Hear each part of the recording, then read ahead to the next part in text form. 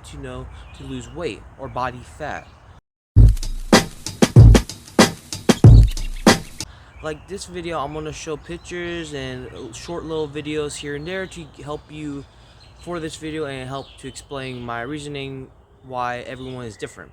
So pretty much everyone is different because of activity level, metabolism, how much muscle to fat ratio you have, and what is your diet like.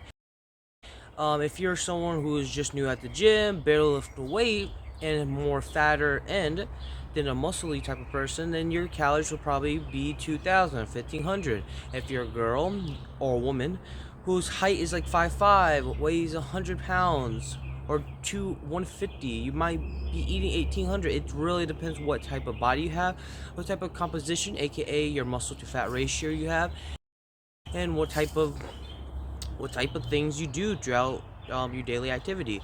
What I would suggest is to use a calculator, but do not think that is your final answer. The reason why these fitness calculators can be good on the websites that you might see your fitness influencer use to recommend, because they can be helpful in the short term to track the calories. I would suggest to track the calories for the week to get a good estimate where you're at. If you're going up, any weight. If you're going extremely high, go down a lot. If you're going, like if it's a cut, go up a lot. And that will be your maintenance calories, which your maintenance calories is to maintain your weight, your current weight. So if you're 150, you're 150. Now we're going to go to the protein intake you should have. The protein intake should be good. It should be higher up. If you weigh 100 pounds, it should be 100 pounds of protein. If you weigh 200 pounds, you should be eating 200 grams of protein. The reason why I say this by 1 gram, because one is easier to calculate and you can use it on your calculator than saying 0.8 grams or 1.5 grams. 1 gram is easier than no grams. So I would highly suggest you have a higher protein intake so you can have a speedier metabolism, which protein helps you build muscle, and also is another form of macronutrients that you do need than just fat, carbohydrates, and micronutrients. So I highly suggest to eat more protein to actually have a bigger calorie expenditure, a bigger calorie input, so you can eat more. Especially on those days of the holidays, you go out with family or vacation, you don't feel like you have to gain 10 pounds just to eat a normal meal. You feel like you gain 0 pounds. That is your metabolism saying that you gain a lot of, you can have a bigger energy output. You have a lot of calories, so like 4,000 calories you can eat throughout the day, and that's to maintain your weight. Crazy, right? Now, to figure out your calories, we just talked about calorie calculator you can use. I'm putting a link in the description, but I have to warn you, do not make this as your final answer. This is just to track for about a week or 2 weeks to get a rough idea where you're at. If it's going up, like I said, change it by 200 calories. If it's going down, change it by 200, maybe 300, maybe 500, maybe even 1,000. Depends which one it is.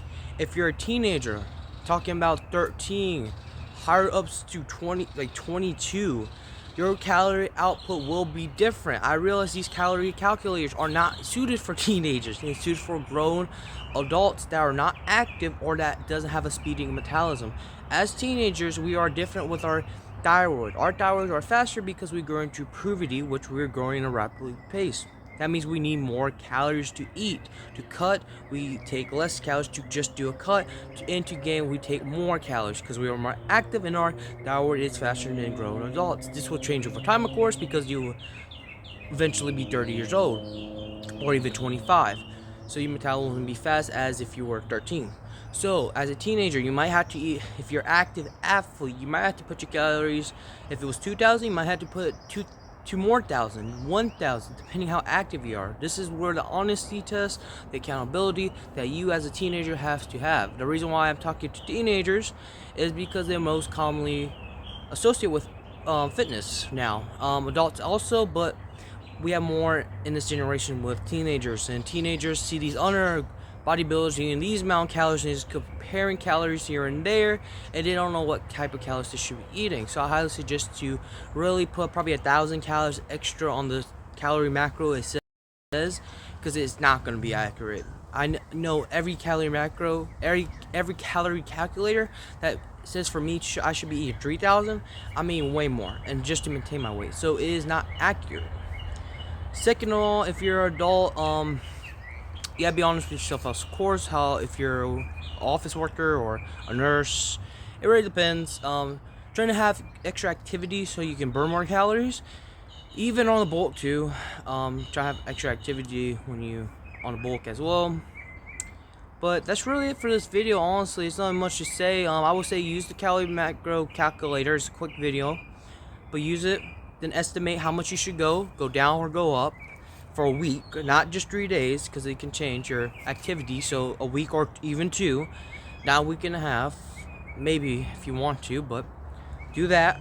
Take your protein intake higher. So if you was eating like 80 to 60 grams of protein, put it 40 more grams. Then over time, put it 50.